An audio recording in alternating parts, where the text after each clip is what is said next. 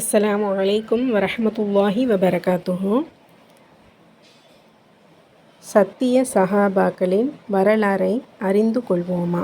இந்த குழுமம் சார்பாக நம்ம 3 வாரத்துக்கு ஒரு முறை ஒரு சஹாபியின் வரலாறையும், அதற்கு அடுத்த வாரம் அதனுடைய அந்த வரலாற்றிலிருந்து கேள்விகளையும், அதற்கு அடுத்த வாரம் அந்த கேள்விகளுடைய பதில்களையும் தொடர்ந்து அல்லாஹுடைய கிருபையை கொண்டு பார்த்துக்கிட்டு இருக்கிறோம்.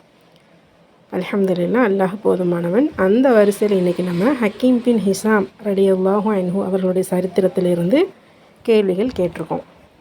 முதல் கேள்வி, கஅபாவின் உள்ளே பிறந்த சஹாபி யார்? அவர்களின் தந்தையின் உடன் பிறந்தவர்கள் யார் யார்? இரண்டாவது கேள்வி, ஹிஜாபா, சிகாயா, ரஃபாதா, நத்துவா, கியாதா மற்றும் லிவா இவைகளை பற்றி சிறு குறிப்பு வரையவும். மூன்றாவது கேள்வி, ஹக்கீம் பின் ஹிஷாம் ரலியல்லாஹு அன்ஹு அவர்கள் யாரை விலைக்கு வாங்கி யாருக்கு அன்பளிப்பு வழங்கினார்கள்? நான்காவது கேள்வி, மக்காவில் 4 பேர் இருக்கிறார்கள். உருவ வழிபாட்டில் மிகவும் மூழ்கி போய் இருக்கிறார்கள். அவர்கள் இஸ்லாத்தை ஏற்றுக்கொள்ள வேண்டும் என்று நான் மிகவும் விரும்புகிறேன். இக்கூற்று யார் கூறியது? அவர்கள் கூறிய அந்த 4 யார் யார்? அவர்களின் பெயரை தெளிவாக கூறவும்.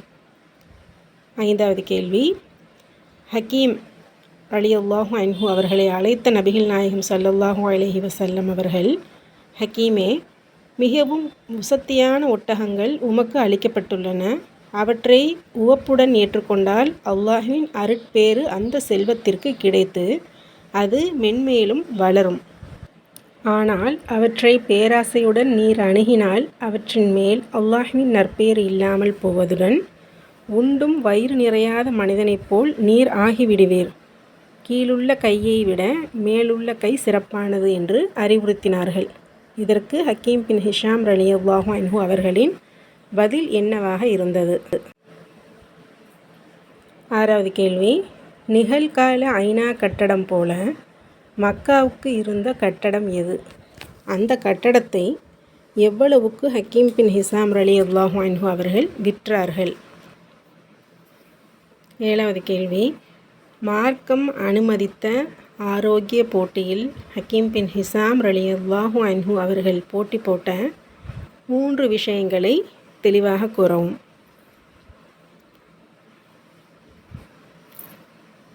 எட்டாவது கேள்வி, கலீஃபாவாக இருந்த உமர் ரலியல்லாஹு அன்ஹு அவர்கள் என்ன அறிவிப்பு செய்தார்கள்?